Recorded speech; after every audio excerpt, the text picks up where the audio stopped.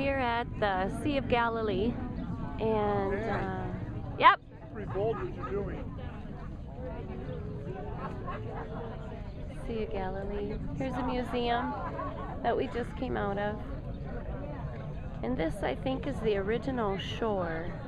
I think the water from the Sea of Galilee has come back so far that it's down.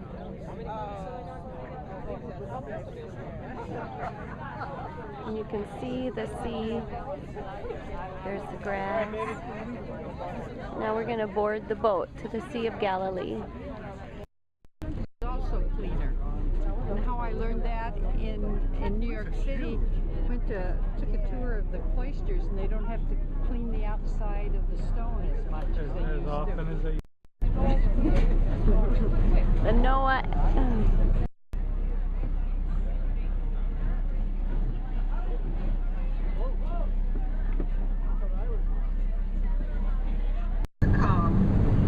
And he said to them, "Where is your faith?"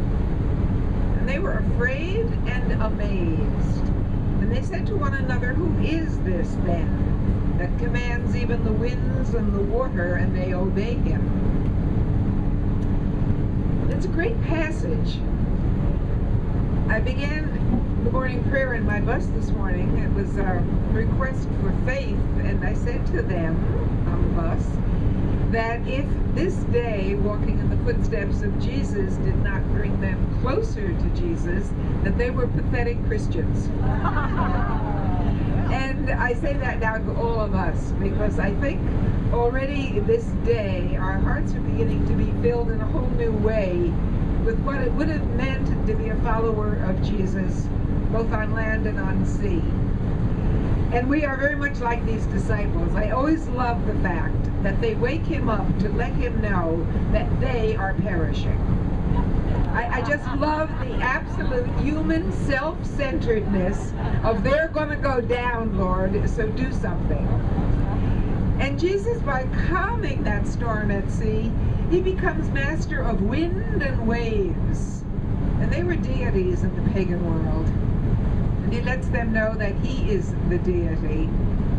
But what does he ask them to do? He invites them to faith. They're still mesmerized, and they're like so many of us, we're always mesmerized. But he wants them to know who he is. And so they say, "Well, who is this who commands the wind and the waves?" But he asks a wonderful question.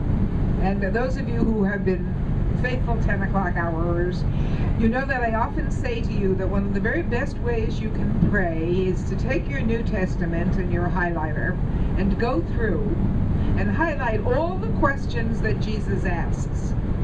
And then take those questions to prayer and ask yourself, what would I say if I heard it? And so I think as we sail this sea, on this journey ever more deeply, I think, into understanding Jesus' world, we need to take the question that he asks these disciples on these very waters. Where is your faith? And I think at the various moments in our lives, it's in various places. I think it's almost hard not to believe in him here. Sometimes back in the hustle and bustle of everyday life, it's a whole different story. So just absorb. So much that's going to be happening to us in the next couple of days is material that we are storing up for future reference. But over and over again, say to yourself, take it in prayer, think about it tonight before you go to sleep. Where is your faith? And if Jesus is standing on this very lake, in that boat like that one we just saw, if he says to you, where is your faith? What would you say to him? Think about it, please, and bless you.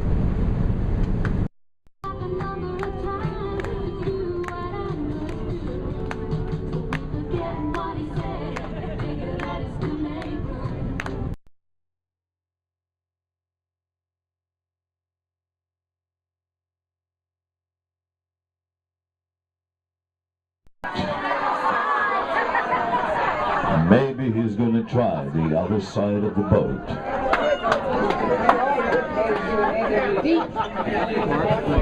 He didn't listen to Jesus. Jesus said, push out and cast your net in the deep.